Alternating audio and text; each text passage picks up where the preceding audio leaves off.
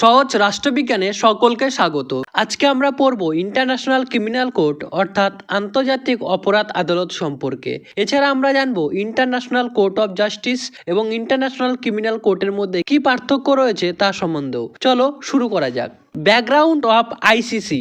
এই আইসিসি মানে international criminal court. প্রথম বিশ্বযুদ্ধে প্রায় 1,60,00,000-এর বেশি মানুষ মারা যায় এবং দ্বিতীয় বিশ্বযুদ্ধেও প্রায় 6,20,00,000-এর বেশি মানুষ মারা যায়, যার অধিকাংশ নারী, শিশু এবং সাধারণ নাগরিক। এই দুই যুদ্ধের ফলে কোটি কোটি মানুষ তাদের সম্পত্তিও হারিয়েছে।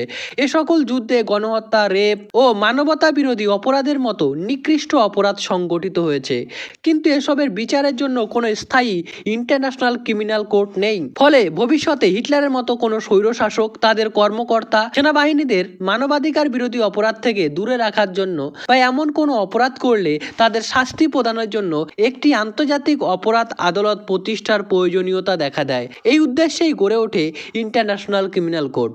ইন্টারন্যাশনাল ক্রিমিনাল কোর্ট গঠিত হয় 1998 সালে রোম স্ট্যাটুট ডকুমেন্ট দ্বারা, তবে এটি কার্যকর হয় 1 জুলাই 2002 সাল থেকে। প্রথমে এখানে 120টি দেশ সাইন করেছিল, তবে এখানে 180টি দেশ সম্মিলিত হয়েছিল। ভারত, আমেরিকা, ইসরায়েল, রাশিয়া, চীন এই দেশগুলো আইসিসি অর্থাৎ ইন্টারন্যাশনাল ক্রিমিনাল কোর্টের সদস্য নয়। বলা দরকার বাংলাদেশ এর সদস্য। 2010 সালে বাংলাদেশ আইসিসি জয়েন করে। বর্তমানে এর সদস্য সংখ্যা 124। সর্বশেষ সদস্য হলো আর্মেনিয়া। 3 অক্টোবর 2023 সালে আইসিসি জয়েন করে। এই 124টি দেশ বছরে অন্তত একবার মিলিত হয়। ইন্টারন্যাশনাল ক্রিমিনাল কোর্ট বা আইসিসির হেডকোয়ার্টার রয়েছে নেদারল্যান্ডের হেগ শহরে। মনে রাখতে হবে আইসিজে অর্থাৎ ইন্টারন্যাশনাল কোর্ট অফ জাস্টিস এরও হেডকোয়ার্টার কিন্তু নেদারল্যান্ডের হেগ শহরে অবস্থিত। কিন্তু আইসিসি আর আইসিজে এই দুটোর মধ্যে বিশেষ পার্থক্য আছে, যা আমি পরে আলোচনা করব। ICC is not a body of UNO. ICC কিন্তু ইউএনওর পার্ট নয় বা বডি নয়। আইসিজে বা ইন্টারন্যাশনাল কোর্ট অফ জাস্টিস এটি কিন্তু ইউএনওর বডি। তবে ইউএনের সাথে ইন্টারন্যাশনাল ক্রিমিনাল কোর্ট বা আইসিসির একটি কিন্তু সহযোগ চুক্তি রয়েছে, কোঅপারেশন ট্রিটি রয়েছে তাদের। আইসিসিতে সব মিলে 18 জন জজ থাকে। এই 18 জন জজের কার্যকালের মেয়াদ হচ্ছে 9 বছর। এই জজগুলো পুনরায় দুবার নির্বাচিত হতে পারে না। এই 18 জন জজের মধ্যে 7 জন নারী এবং 11 জন পুরুষ থাকে। আইসিসির প্রেসিডেন্ট এবং ভাইস প্রেসিডেন্টের কার্যকালের মেয়াদ 3 বছরের হয়। আইসিসি কিন্তু first permanent international criminal court. এটি পার্মানেন্ট এবং এটি কিন্তু একটি অটোনমাস কোর্ট। তবে পলিটিক্যাল ম্যাটারে আইসিসি কিন্তু ডিসকাস করে না। আইসিসি ডিসকাস করে অনলি ক্রিমিনাল ম্যাটারস। চলো দেখে নেই আইসিসির কাজ কি। কোন একটি দেশে যখন এমন গুরুতর কোনো অপরাধী থাকে যাকে সেই দেশে সাজা দেওয়া সম্ভবপর নয় বা কঠিন, বা তাকে সাজা দিলে সেই দেশে দাঙ্গা হাঙ্গামা হতে পারে, তখন তার সাজা দেওয়ার বিষয়টি দেখে ইন্টারন্যাশনাল ক্রিমিনাল কোর্ট। অর্থাৎ ইন্টারন্যাশনাল ক্রিমিনাল কোর্ট কিন্তু সাবস্টিটিউট নয় ন্যাশনাল কোর্টে। ন্যাশনাল কোর্ট থাকবে, ইন্টারন্যাশনাল ক্রিমিনাল কোর্টও থাকবে।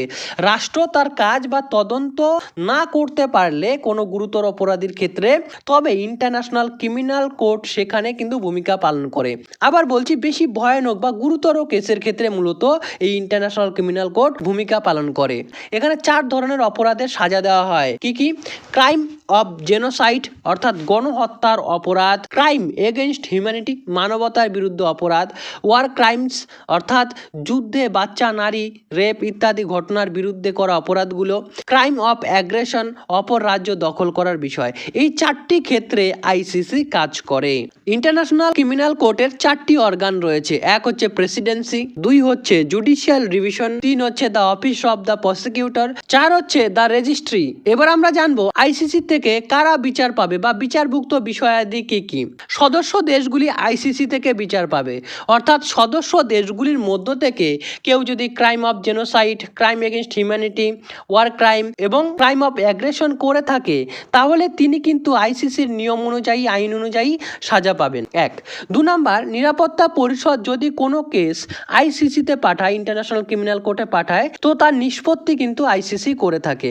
কোনো সদস্য রাষ্ট্রের মানুষ নয়, অথচ সে অন্য কোনো সদস্য দেশে গিয়ে কোনো ভয়ঙ্কর বা গুরুতর অপরাধ করেছেন, তার বিচারও কিন্তু আইসিসি করে থাকবে। অর্থাৎ ভারত আইসিসির সদস্য নয়, কিন্তু ভারতের কোনো লোক বাংলাদেশে গিয়ে যদি কোনো গুরুতর অপরাধ করে, তবে কিন্তু তার সাজা হবে, কারণ বাংলাদেশ আইসিসির সদস্য। একে কিন্তু পার্সোনাল জুরিডিকশনও বলা হয়। ভাষা, আইসিসি অর্থাৎ ইন্টারন্যাশনাল ক্রিমিনাল কোর্টে 6টি অফিসিয়াল ল্যাঙ্গুয়েজ রয়েছে। Arabic, English, French, Chinese, Russian এবং স্প্যানিশ। তবে দুটি ওয়ার্কিং ল্যাঙ্গুয়েজ রয়েছে যেই দুটি ভাষায় কাজ করা হয়, তাহলে ইংলিশ এবং অন্যটি ফ্রেঞ্চ। এরপর আমরা দেখব can non member state be prosecuted, অর্থাৎ সদস্য নয় এমন দেশের বিরুদ্ধে কি আইসিসি পদক্ষেপ নিতে পারে। আমি অলরেডি বলেছি একবার যে পদক্ষেপ নিতে পারে ভারতীয় কোনো ব্যক্তি যদি বাংলাদেশে গিয়ে অপরাধ করেন, তাহলে বাংলাদেশের হয়ে আইসিসি কিন্তু সেই ভারতীয় ব্যক্তির বিরুদ্ধে, গুরুতর অপরাধকারী ব্যক্তির বিরুদ্ধে পদক্ষেপ নিতে পারে। এবং আরেকটি ক্ষেত্রে এরূপ হতে পারে যদি সিকিউরিটি কাউন্সিল আইসিসিতে কোনো কেস পাঠায়, তবে তার বিচার কিন্তু আইসিসি করে থাকবে।